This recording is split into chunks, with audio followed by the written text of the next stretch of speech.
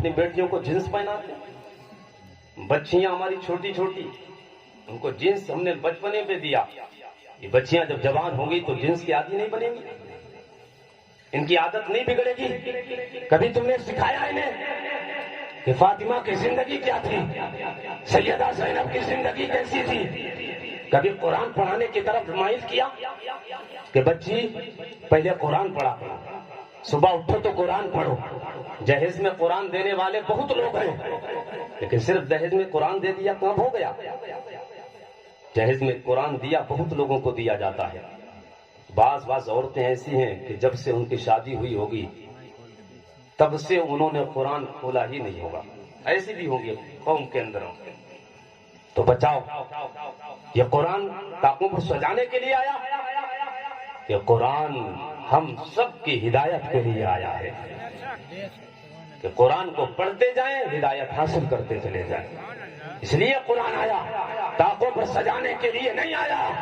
ایک دور وہ تھا گھر گھر سے قرآن کی صدا آتی تھی. آج دکھاؤ کوئی گھر ہو جس سے قرآن کی صدا آئے, کیونکہ گھروں میں اب قرآن ہی نہیں پڑھا جا رہا. صبح اٹھتی ہیں اور چہرے پہ پانی مار کر پھر اپنے کام کاج میں لگ گئی.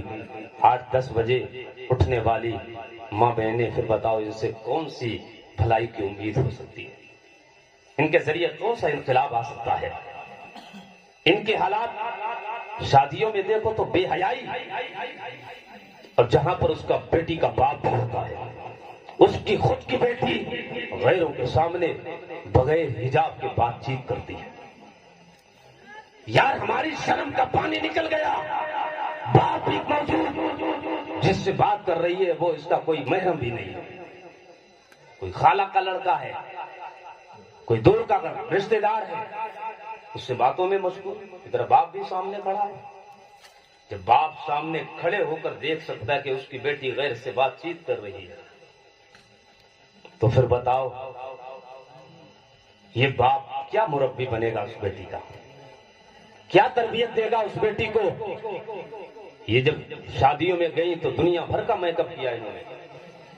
8 دن پہلے انہوں نے میک اپ کا سامان بازار سے خرید کر لائی. میک اپ اتنا کیا انہوں نے, اتنا کیا میک اپ کہ جب جاتی ہے نا تو دھوپ میں ان کے اوپر جب سورج پڑتا ہے تو ان کے چہرے کی اصل صورت سامنے آ جاتی ہے.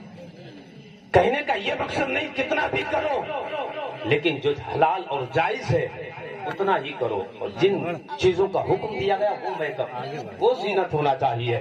لیکن ایک بات بتاؤ, بات یہ نہیں ہے کم یا زیادہ, بات اصل یہ ہے کہ غیر کے یہاں شادی ہوئی تو نے زینت کی, غیر کے یہاں شادی ہوئی تو نے زیب و زینت کی, لیکن یہ سنورنا اور اپنے آپ کو سنوارنا کس کے لیے ہے؟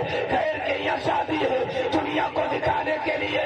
زینت اگر کرنا تھی تو رات کے وقت میں تیرا شوہر جو گھر میں آتا ہے اللہ نے حکم دیا ہے, اگر زینت کرنا ہے تو اپنے شوہروں کو.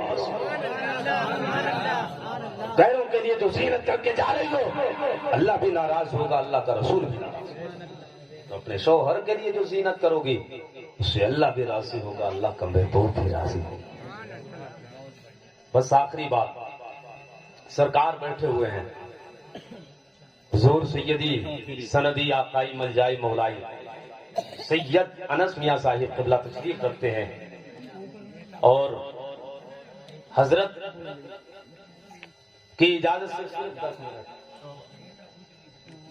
زور سے کہہ دو یا رسول اللہ, یا رسول اللہ.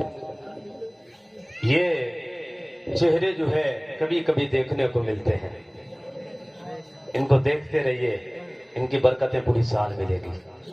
ان کا ادب و احترام کرتے رہیے, پھر دیکھیے ان کا فیضان کیسے جاری ہوتا. ارے ان کے نانا نے اور ان کے باپ دادا, ان کے نانا نے گردنیں دی ہیں یار اسلام کے لیے. ہم نے کیا دیا ہے؟ ان کے خاندان کے لوگوں نے خون دیا اسلام کے لیے. ہم نے تو انگلی نہ کٹائی ہے.